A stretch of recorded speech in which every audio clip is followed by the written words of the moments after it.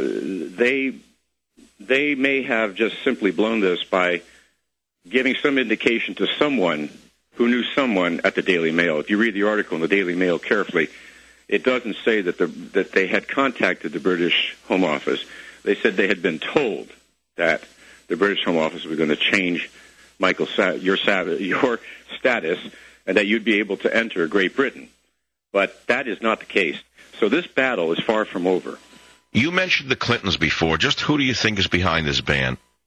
Well, I don't think there's any one group behind it, and I believe there are so many forces at work here. If you look at sites like Media Matters and other organizations that moveon.org, this is an array of organizations that are being funded by some very wealthy individuals, several of them coming from here in San Francisco.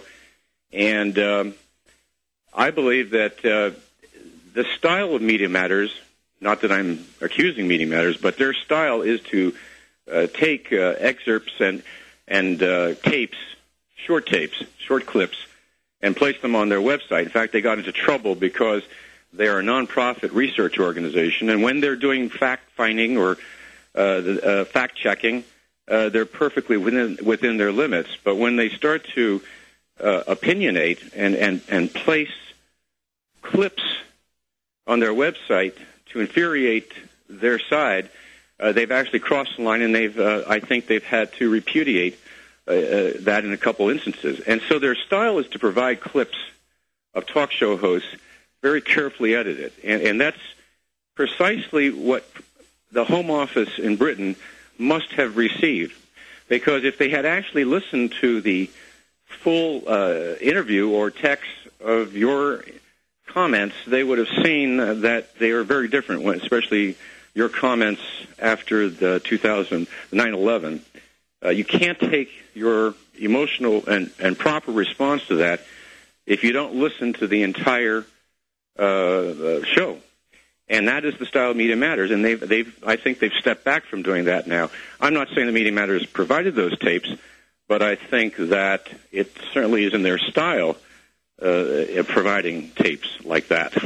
And if it's true that there had been no discussion between British and U.S. officials prior to the ban, then it must have come from private sources. And it certainly wasn't within England, because your program does not air there.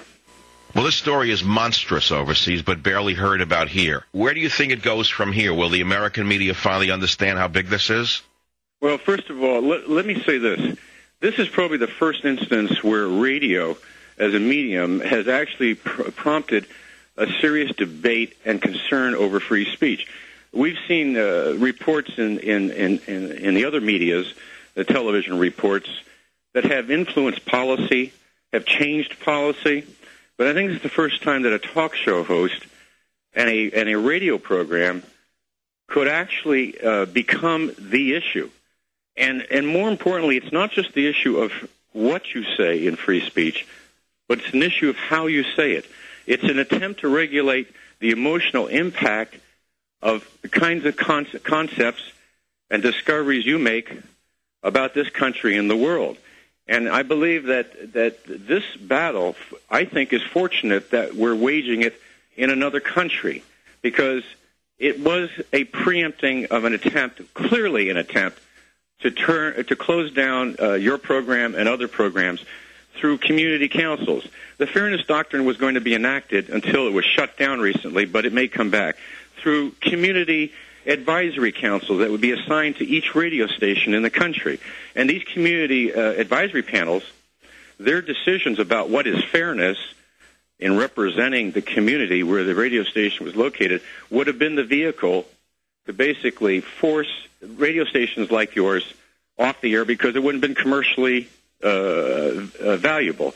Liberal talk radio has been a total and complete and utter failure, and it would have been the end of conservative talk radio. Your station and other stations would have to make a decision about what they were going to do with the format. So this battle being waged in Britain is actually quite good for us, because it shows the U.S. officials, U.S. senators and Congress, what the impact might be if they attempt to try to regulate not only free speech, but how you express free speech. And your style is one that is unique, and it can't be categorized, and it can't be separated from what you're saying, and you can't regulate that either. And there, obviously, as you've said, you would have been long brought before court if your free speech was inciting to riot or violence. You wouldn't be on the air at this point. Arthur Brazzoni, thanks for keeping up with the story, and thanks for being on the Savage Nation. I'll be right back. Savage. Armstrong and Getty. They're not bullies with a microphone. Weekday morning, 6 to 10. Talk 910 KNEW.